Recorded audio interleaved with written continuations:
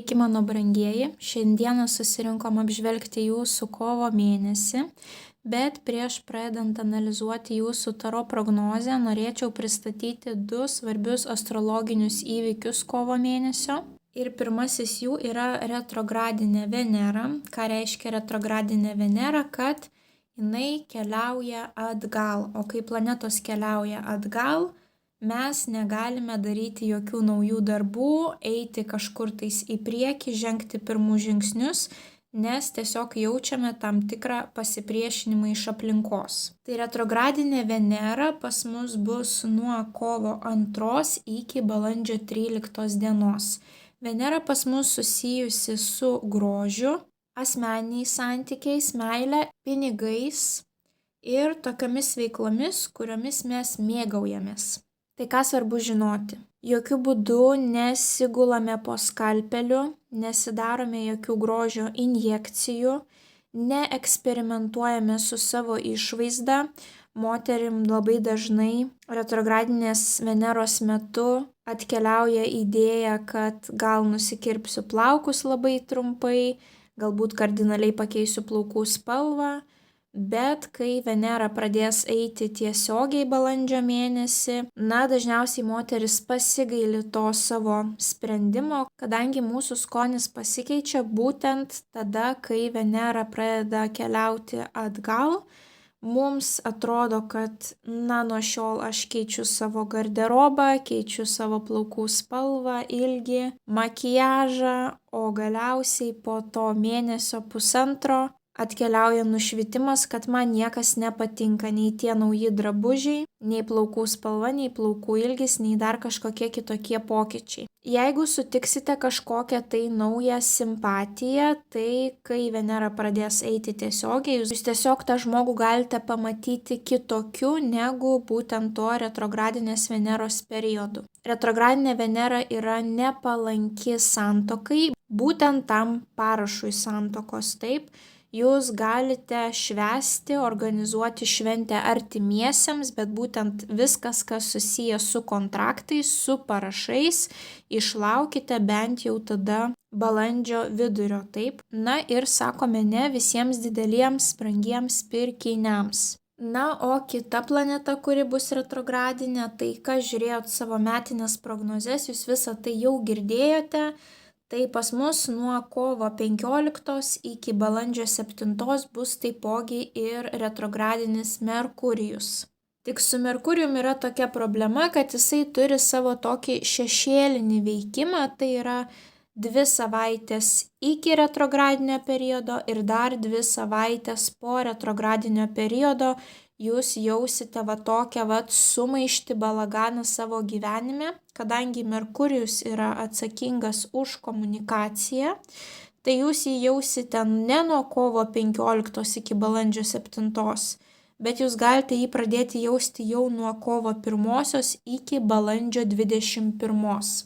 Tai viskas, kas susijęs su komunikacija, su brangiais prietaisais, įrangom, reikalai į priekį nepajudės iki balandžio galo.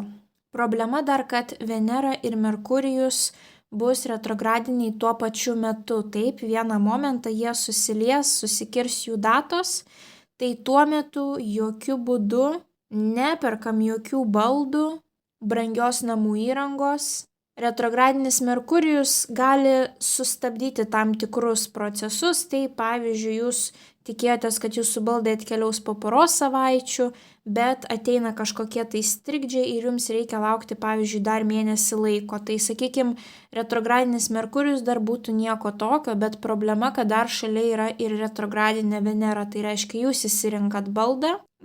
O gegužės mėnesį jūs suprantat, kad ne to skonio baldus jūs išsirinkote ir jums jie visiškai nepatinka, o pinigų iššvaistėte labai daug. Tai kovas ir balandis bus tokie mėnesiai, kai gali visiškai keistis jūsų skonis, labai sunki komunikacija su aplinkiniais. Šie 2 mėnesiai yra nepalankus jokioms operacijoms, tiek sveikatos, tiek grožio. Jeigu tai yra gyvybės ir mirties klausimas, žinoma, gulamės po skalpeliu, bet kitais atvejais geriau yra operacijas atidėti. kadangi žmonių dėmesys suprastėja. Tai yra ir gydytojų dėmesys, ir nesusikalbėjimas operacijos metu, išsiblaškymas didžiulis.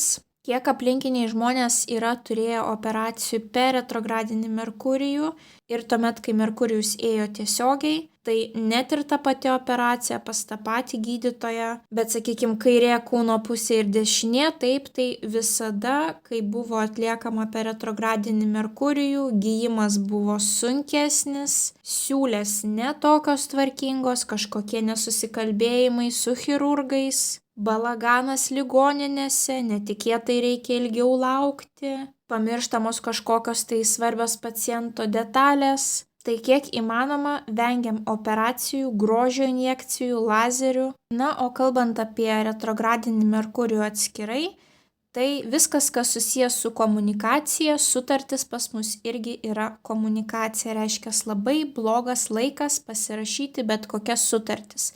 Ar tai yra paskolos sutartis, ar tai yra naujo darbo sutartis, parašas santuokos metu. Tuoktis per retrogradinį Merkurijų galima, negalima tuoktis per retrogradinę Venerą. Bet vis dėlto, jeigu jūsų vestuvės bus retrogradinio Merkurijaus metu, tai nesitikėkite, kad viskas eis pagal planą. Tiesiog šventės organizavimas ir vestuvių diena iš jūsų gali pareikalauti labai didelės kantrybės. Taip pat retrogradinio Merkurijaus metu genda visa išmanioji technika, dažnai netikėtai galime ką nors sulaužyti, tiesiog neapskaičiavę savo jėgos. Arba, pavyzdžiui, neatidžiai bėgame, lekiame, kažkur tai netaip pasisukame, kažkur tai kažką trinktelime ir žiūrime, kad, pavyzdžiui, jau televizorius yra įskilęs. Taip, tai visokių tokių žioplų klaidų galime padaryti, iš vis kas liečia, pavyzdžiui,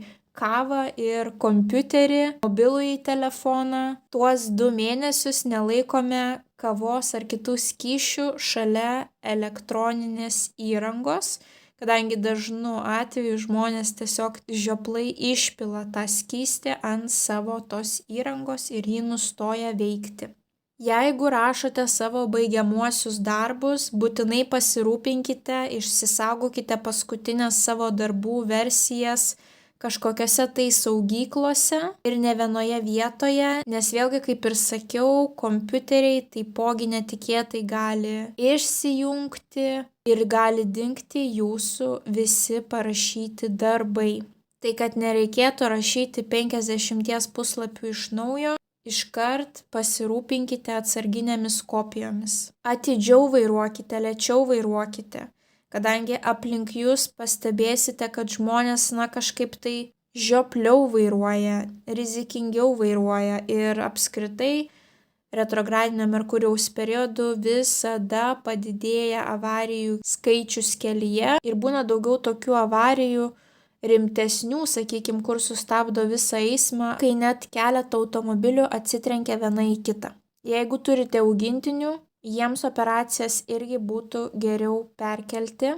Jei reikia kažką tai skubiai daryti, būtinai atidžiau tikrinkite, kas operuos, kokia kvalifikacija, ar nėra apie tą veterinarą blogų kažkokių tais nusiskundimų, ar tikrai patikimą kliniką nuėjote. 15 kartų pakartokite, ko reikia, nes labai dažnai žmonės nesusikalba, kažką pamiršta. O ypatingai, kai gyvūnėliai negali kalbėti, tai kartokite ir kartokite veterinarams, ko jums reikia. Jeigu kažkokios komplikacijos gyvūnėliams, keliaukite į kitą kliniką ir dar į kitą kliniką.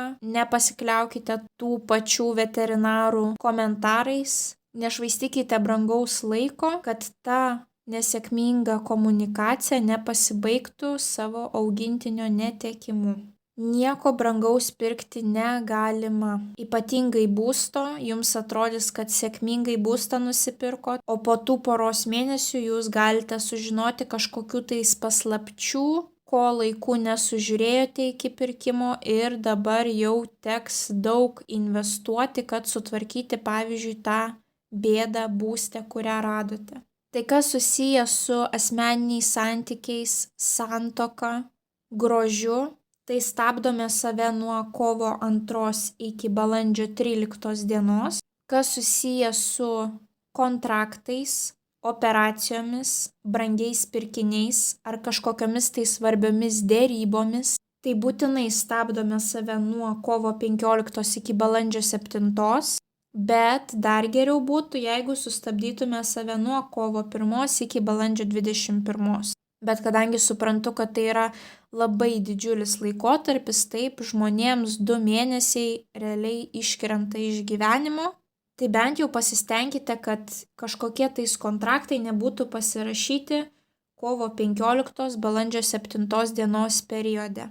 Jeigu nueisite į darbą retrogradinio Merkurijaus laikotarpiu, tai greičiausiai tam darbe nepasiliksite taip ilgai arba nuo jūsų bus nuslėpta kažkokia tai informacija ir jūs, kai pradėsite dirbti, suprasite, kad jūs netenkina kažkokie tai specifiniai atlyginimo skaičiavimai ar kažkokie tais papildomi valandų išdirbimai, o galbūt toksiškas kolektyvas ar toksiškas bosas.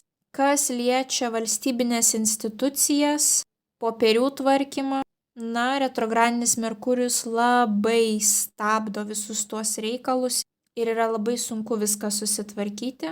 Tai net jeigu ir tvarkysitės tos reikalus, galite pastebėti, kad pradeda viskas eiti per sviestą tik balandžio gale, gegužės pradžioje.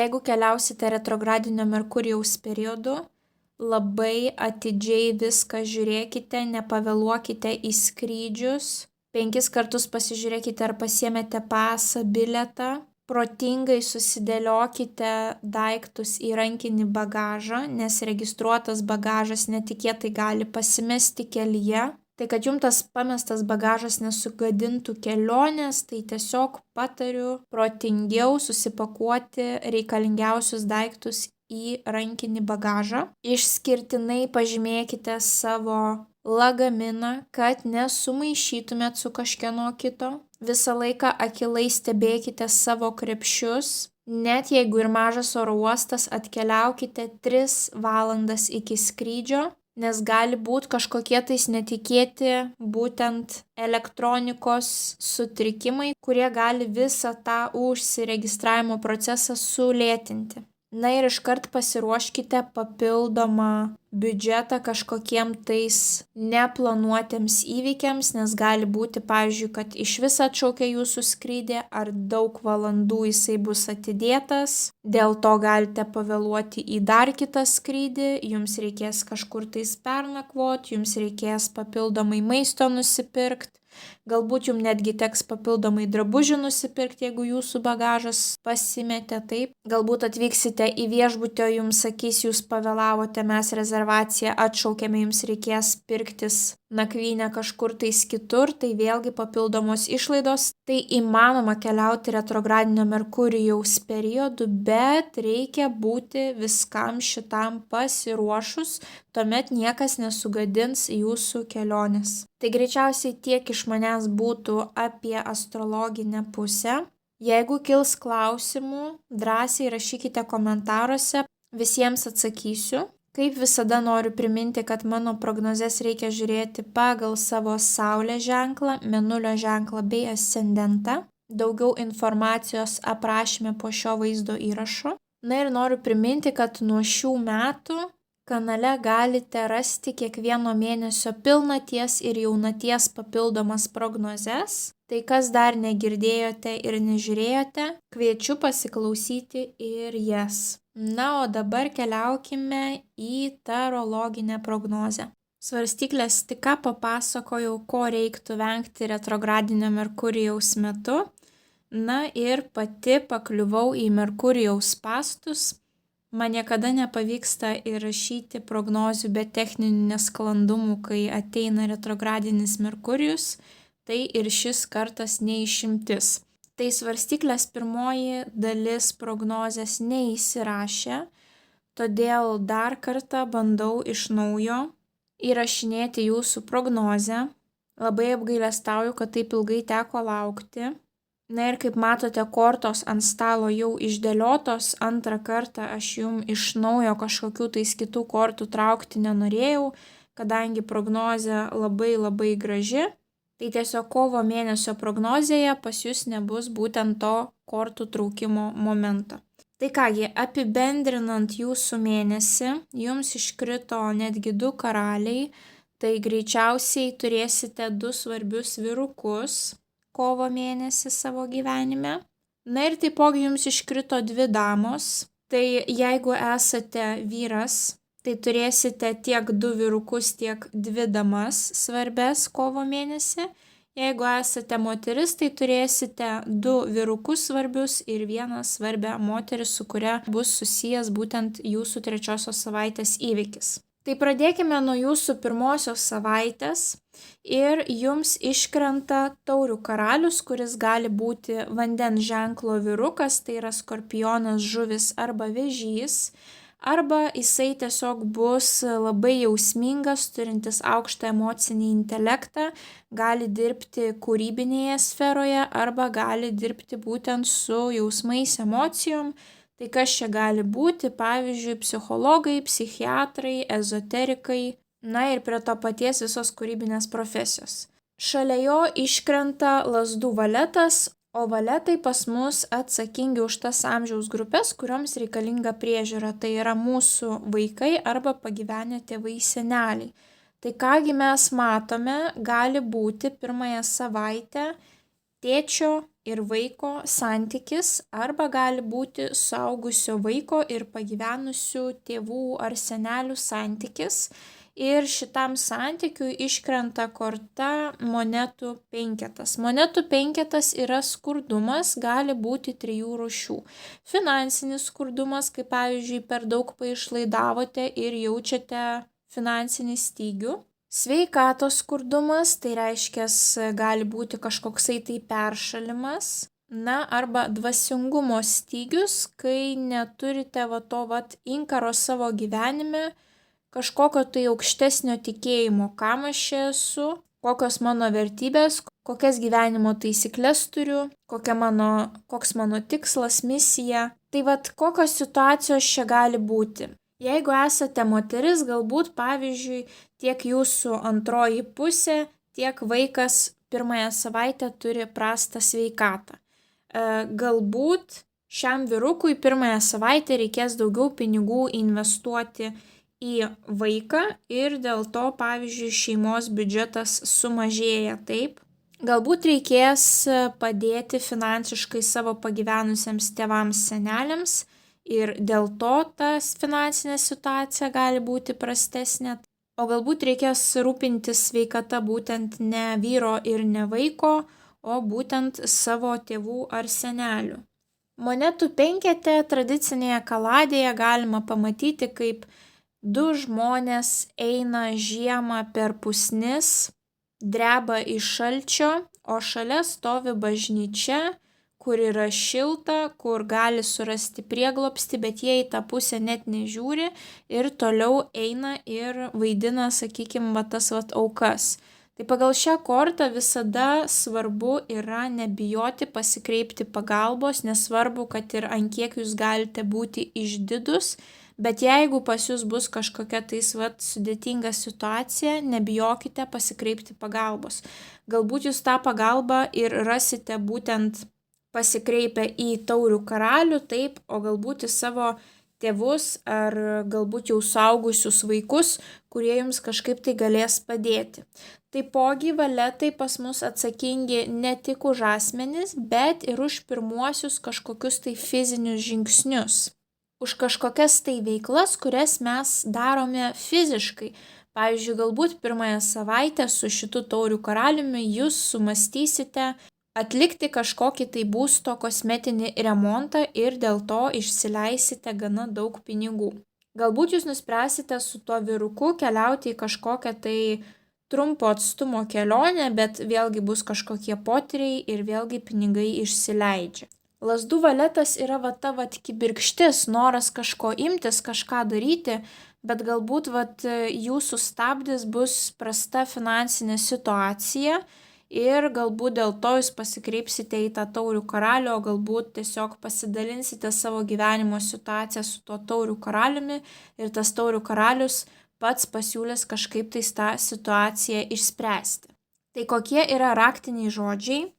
Vyrukas aukšto emocinio intelekto, kuriam svarbu būtent įsigilinti į jūsų jausmus, emocijas arba labai kūrybingos profesijos atstovas. Taipogi 3 rūšių skurdumas – finansinis, dvasinis arba prasta sveikata. Na ir čia gali būti jūsų vaikai, pagyvenę tėvai, seneliai arba kažkokia tais aktyvi fizinė veikla. Tokia veikla, kur dar jūs nesijaučiate stiprus toje sferoje ir jūs darote šiek tiek kažką. Arba tai yra naujai užgimusi kažkokia tais liepsnelė pirmąją savaitę kažką tais daryti naujo. Tai tokia jūsų pirmoji savaitė. Tuomet antrąją savaitę pas jūs kažkoksai tai pinigų lietus, kadangi jums iškrenta monetų 9, monetų 8 ir didysis arkanas teisingumas. Tai jeigu turėjote finansinių problemų pirmąją savaitę pagal tą monetų 5, tai antrąją savaitę greičiausiai jau čia jokių finansinių problemų neturėtų būti. Tai pradėkime nuo viduriniosios kortos. Monetų 9 yra puiki finansinė padėtis, kai jūs jau pasiekėte tokį lygį, kur galite palepinti save, nepergyvendami, kad po to negalėsite nusipirkti duonos dėl to, kad, sakykime, pasidarėte manikiūrą. Dėl to šita moteris yra tokia rami ir turi, pavyzdžiui, laiko pasimėgauti ta gamta, tuo paukšteliu, pabendrauti, jinai nelekia, nebėga, nes jinai jau turi tą fundamentą. Tai antrąją savaitę arba jūs palepinsite save kažkokiais tai grožio ritualais, bet nepamirškite retrogradinę Venerą, tai jokių injekcijų, lazerių, skalpelių nedarome, bet, sakykime, kaukę ant veido ar manikiūrą, tai tikrai galite pasidaryti. Šalia to dar iškrito tas monetų 8, vėlgi aukšti finansai, tiek 9, tiek 8, bet 8 yra savo srities profesionalų korta, kai žmogus mėgaujasi tuo, ką jisai dirba ir kiti žmonės tai mato ir jisai niekada nenustoja domėtis, auginti savo kvalifikaciją, jam visada įdomu, kas naujo yra jo srityje. Ir būna, kad net žmonės ateina pagal šią kortą pas jūs ir sako, man jūs rekomendavo tas ir anas, arba aš jūsų darbus kažkur tai mačiau, man labai patiko ir aš noriu būtent nusipirkti prekių paslaugų iš jūsų. Na ir teisingumo korta gali rodyti kažkokius tai teisinius reikalus, sutartis. Galbūt pagal kažkokią tai sutartį, kontraktą jums priklauso išmokos. Nesvarbu, ar tai draudimo, ar tai valstybiniai kažkokie tais reikalai, ar tai kažkoksai tai verslo kontraktas, bet gali būti, kad dėl to kontrakto antrąją savaitę jūs gaunate pinigų. Jeigu neturėsite jokių kontraktų, tai taipogi teisingumo korta gali rodyti, kad pagaliau antrąją savaitę jūs turėsite rezultatą, dėl kurio ilgą laiką jūs labai stengiatės ir dirbote. Nes teisingumo korta ne šiaip savo vadinasi teisingumo, kad galbūt anksčiau jūs jautėtės nepakankamai įvertinti, galbūt jūsų atlyginimas buvo netoks, kokio jūs norėtumėte. Ir kažkas tai gali pasikeisti antrąją savaitę, kad jūs pasijausite labiau įvertinti ir kad pagaliau pilnai su kaupu jums atsipirko visos jūsų įdėtos pastangos. Jeigu nepajausite jokių pokyčių, tai taipogi teisingumo korta yra būtent tos svarstyklės balansas.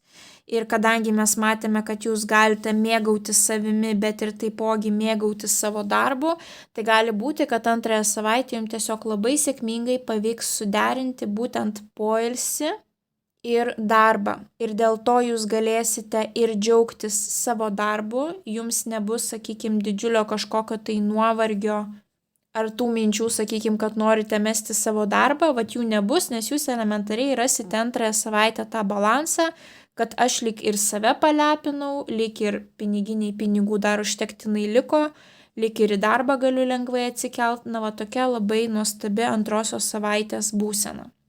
Toliau trečiai savaitei jums iškrenta 2 damos.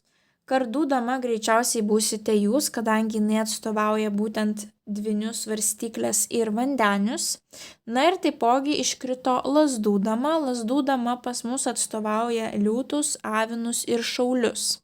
Tai jeigu esate moteris, greičiausiai būsite čia jūs ir turėsite kažkokią tai situaciją būtent su ugnies ženklo moterimi.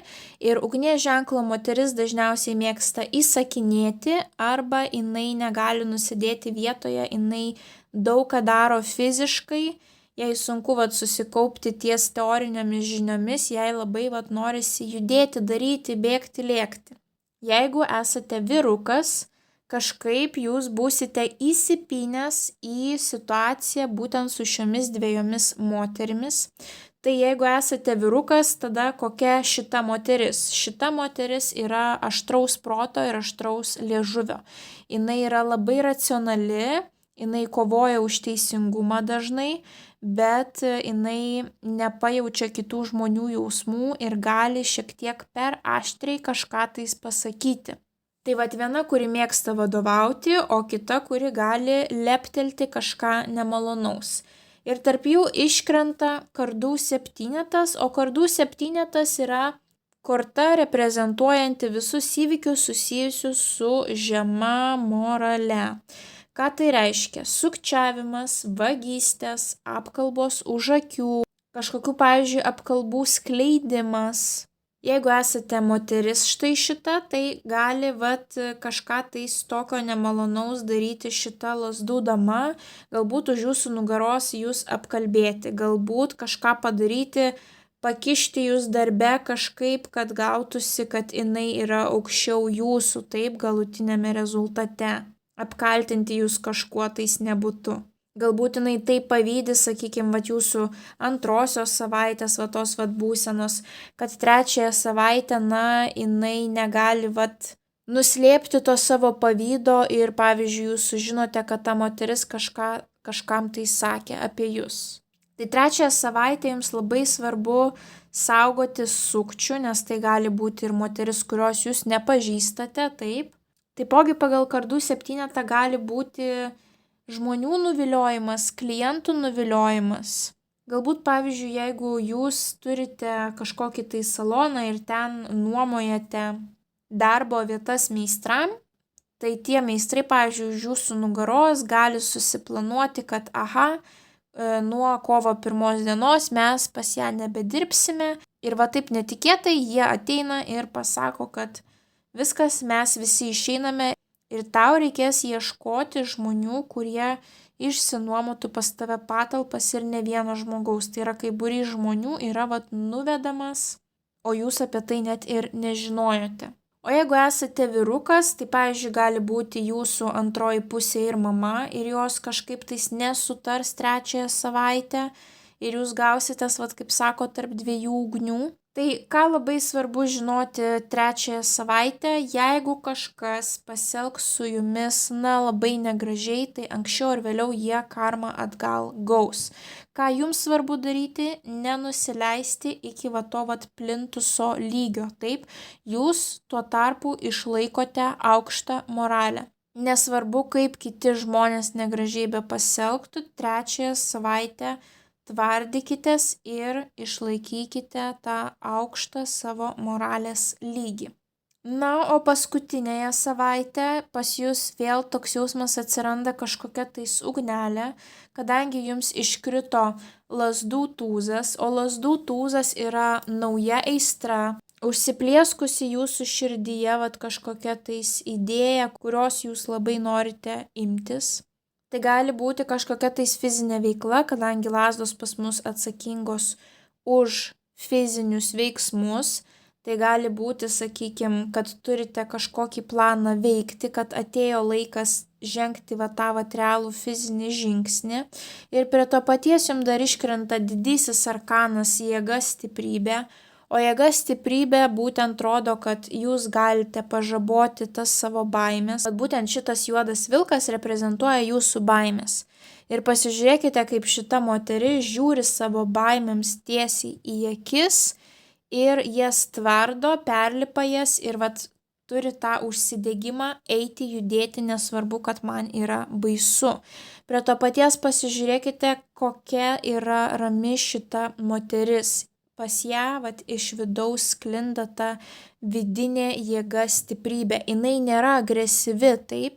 Šitos kortos grožis yra tame, kad šita moteris turi vidinę jėgą ir visi jai paklūsta, net ir tokie baisiausi, agresyviausi gyvūnai.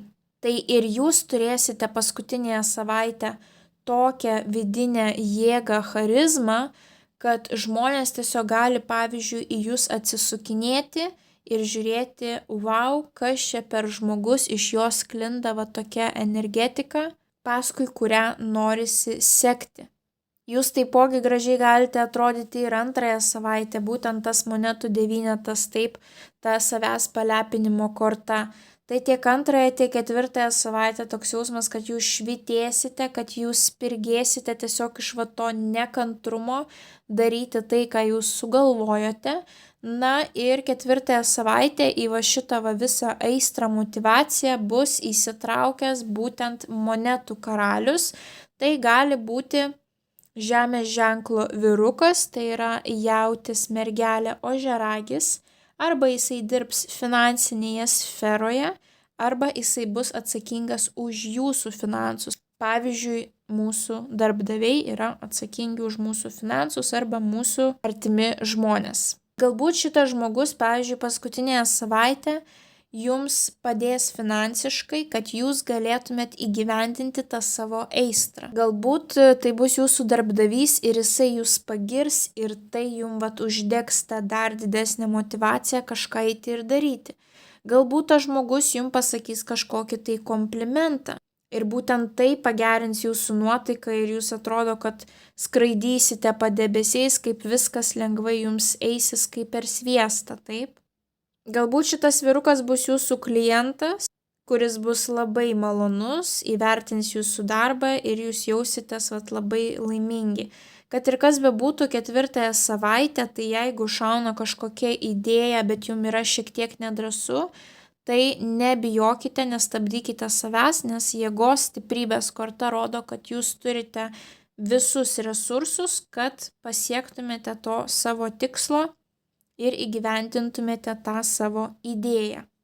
Taipogi, jeigu esate moteris, tai būtent šitas lazdų tūzas gali rodyti būtent aistrą, kuri gali būti tarp jūsų ir šio monetų karaliaus. Na ir jūsų mėnesio patarimui, jums iškrito didysis arkanas atsiskyrėlis.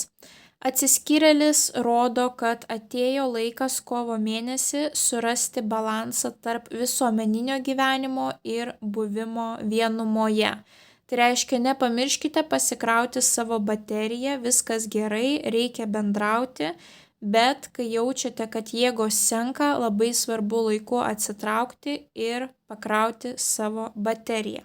Taipogi atsiskyrėlis yra gilios analizės korta. Tai būtent tas jūsų antrosios savaitės profesionalumas, tai kokiu būdu jūs pasiekėte to profesionalumo, būtent gilios analizės dėka. Jeigu tai pinigai bus susiję su kažkokiais tai būtent šitais kontraktais, sutartimis, tai vėlgi, kad gautumėte tas išmokas pinigus, jums taipogi labai svarbi giliai analizė, tai yra būtent išanalizuoti tas sutartis, kontraktus, teisinius reikalus, darbo kodeksą galbūt, kad galėtumėt gauti tą puikų rezultatą. Tai pagal šią kortą labai svarbu yra laiku pasikrauti savo bateriją. Taipogi jinai sako, kad kovo mėnesį sėkmės pasieksite gilios analizės dėka, turite investuoti laiko, sukurti strategiją, išanalizuoti visą situaciją.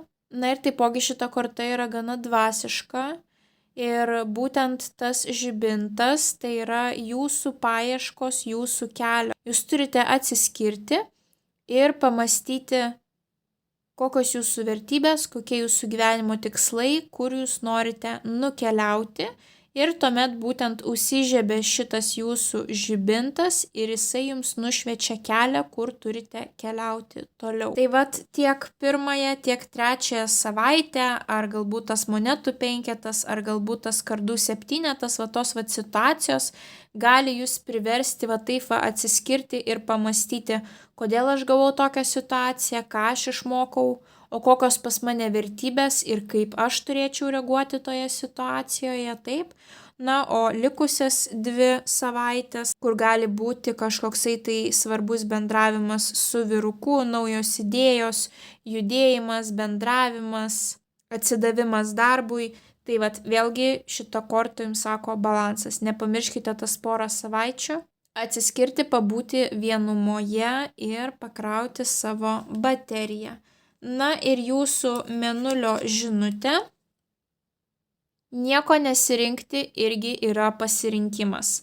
Tai vat kovo mėnesį galbūt jūs įsigasite retrogradinio Merkurijaus ir jūs nuspręsite, kad dabar ne tas mėnesis, kai man reikia kažką tais pasirinkti ir jūs kažkokią tai savo gyvenimo situaciją, pavyzdžiui, paliksite kabėti neišspręstą, tai irgi yra viskas normalu ir nėra jokių problemų. Galbūt jeigu esate įsipinęs, pavyzdžiui, esate vyrukas ir būsite įpintas į šitų 2 moterų dramas ir jeigu jos yra jūsų šeimos narės, tai vėlgi kaip jums pasirinkti tą pusę, taip? Na ir jūs galite priimti sprendimą, kad aš nepasirinksiu nei vienos pusės 3 savaitę. Na tai irgi viskas su tuo yra gerai. Žinokite, kad ne visada reikia pasirinkti vieną iš 2.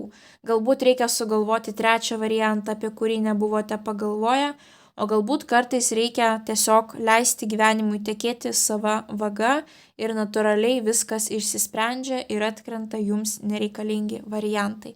Tai svarstyklės linkiu didžiausios sėkmės kovo mėnesį. Dar kartą labai apgailestauju, kad taip nutiko su jūsų prognoze, kad reikėjo laukti labai ilgai.